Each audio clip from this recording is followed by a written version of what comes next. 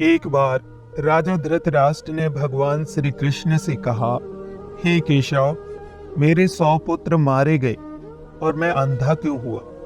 आखिर मेरे पूर्व जन्म का क्या पाप है? ये आप सभी जानते हैं कि राजा धृतराष्ट्र अंधे थे, लेकिन जब उन्हें ये पता चला कि गांधारी को 100 संतानों को जन्म देने का आशीष है, तो राजा धृतराष्ट्र का अंधापन का दुख मिट गया था। राजा धृतराष्ट्र को संतान के रूप में 100 पुत्र और एक पुत्री की प्राप्ति हुई थी।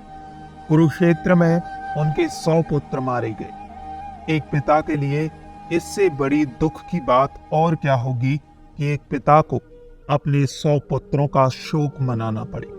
भगवान श्री कृष्ण ने गीता का जो संदेश दिया था, उसे अर्जुन के साथ साथ संजय और धृतराष्ट्र ने भी सुना था।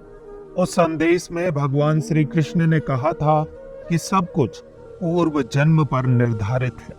सबको उनके पूर्व जन्म के कर्मों का दंड भोगना होगा। राजा धृतराष्ट्र को ये बात भली भांति पता थी कि दुर्योधन और दुशासन मुख्य रूप से पांडवों और द्रौपदी के दोषी थे। उनके मारे जाने को तो धृतराष्ट्र कर्म दंडों से जोड़ रहे थे, पर अन्य पुत्रों की तो कोई भूमिका ही नहीं थी। आखिर वो क्यों मारे गए? ये प्रश्न राजा धृतराष्ट्र को बहुत परेशान कर रहा था। महाभारत युद्ध समाप्त होने पर राजा धृतराष्ट्र ने भगवान श्री कृष्ण से पूछा, हे केशव, मैं अंधा पैदा हुआ, मेरे 100 पुत्र मारे गए। आखिर मैंने ऐसा कौन सा पाप किया था जिसका ये दंड मुझे अब मिल रहा है? हे केशव, आपने अर्जुन से कहा था कि जो हो रहा है वो कर्मों का दंड है। मेरे अंधे होने और 100 पुत्रों के मारे जाने के पीछे क्या कारण है?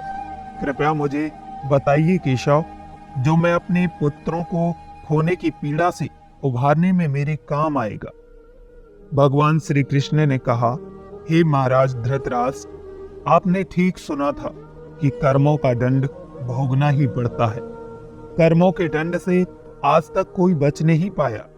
राजा और सामर्थ्यवान लोगों को कर्मों का दंड विशेष रूप से भोगना पड़ता है। ईश्वर उन्हें सामर्थ्यवान बनाते हैं तो उनसे ज्यादा जिम्मेदार होने की आशा रखते हैं, क्योंकि कुछ पाने के लिए कुछ तो देना ही पड़ता है ना महाराज।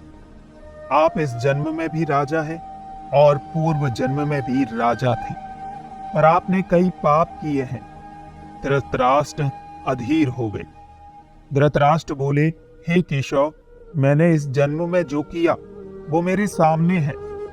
एक राजा और एक बड़े परिवार का मुखिया होने के नाते मुझे वही उचित लगा। पूर्व जन्म का रहस्य जानने को मैं उत्सुक हूँ। माधव, कृपा करके वो रहस्य खोलें कि ऐसा कौन सा पाप था कि मैं अंधा भी हुआ और मैंने अपने 100 पुत्रों को भी गवा दिया। फिर भगवान श्री कृष्ण ने राजा धृतराष्ट्र को उनके पूर्व जन्म की याद दिलाना शुरू किया। भगवान श्री कृष्ण ने कहा, महाराज धृतराष्ट्र, पिछले जन्म में भी आप एक राजा थे। आपके राज्य में एक तपस्वी ब्राह्मण रहते थे। ब्राह्मण के पास हंसों का एक जोड़ा था जिसके 4 बच्चे थे।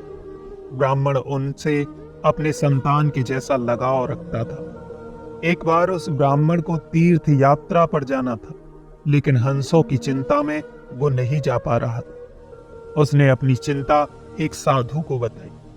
साधु ने कहा, तीर्थ में हंसों को बाधक बनाकर उन हंसों का अगला जन्म खराब क्यों करते हो ब्राह्मण? राजा प्रजा पालक होता है।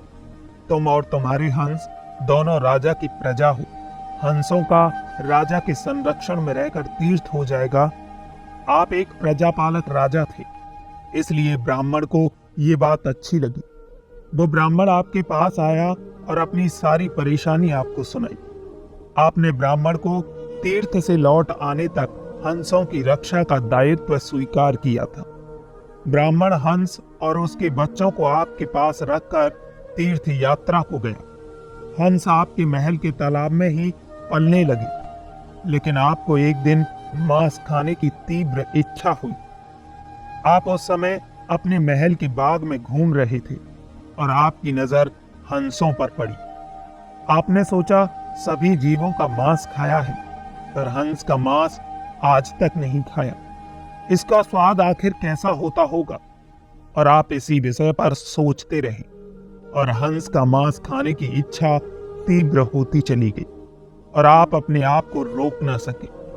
आपने हंस के 2 बच्चे भून कर खा लिए और उनका स्वाद आपकी जिह्वा को लग गया। उस हंस के एक एक करके 100 बच्चे हुए और आप सबको खाते चले गए और वो हंस समताहीन होकर दुख में मर गया।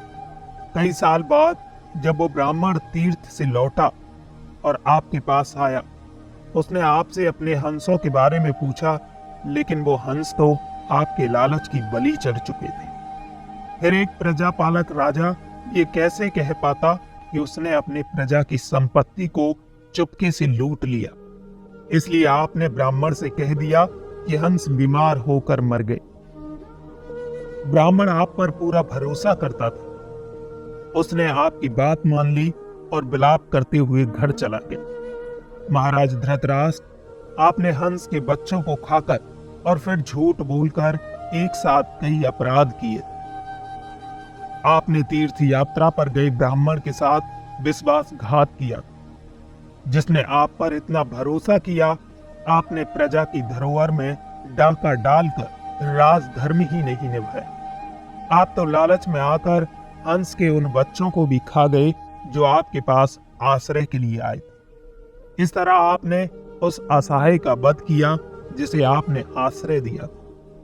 ये तो बहुत बड़ा पाप है ना महाराज। हे राजन, आपको इन घोर पाप कर्मों का दंड मिल रहा है। जैसे आपने लालच में आकर हंस के 100 बच्चों को मार दिया, वैसे ही आपके 100 पुत्र लालच में पड़कर मारे गए।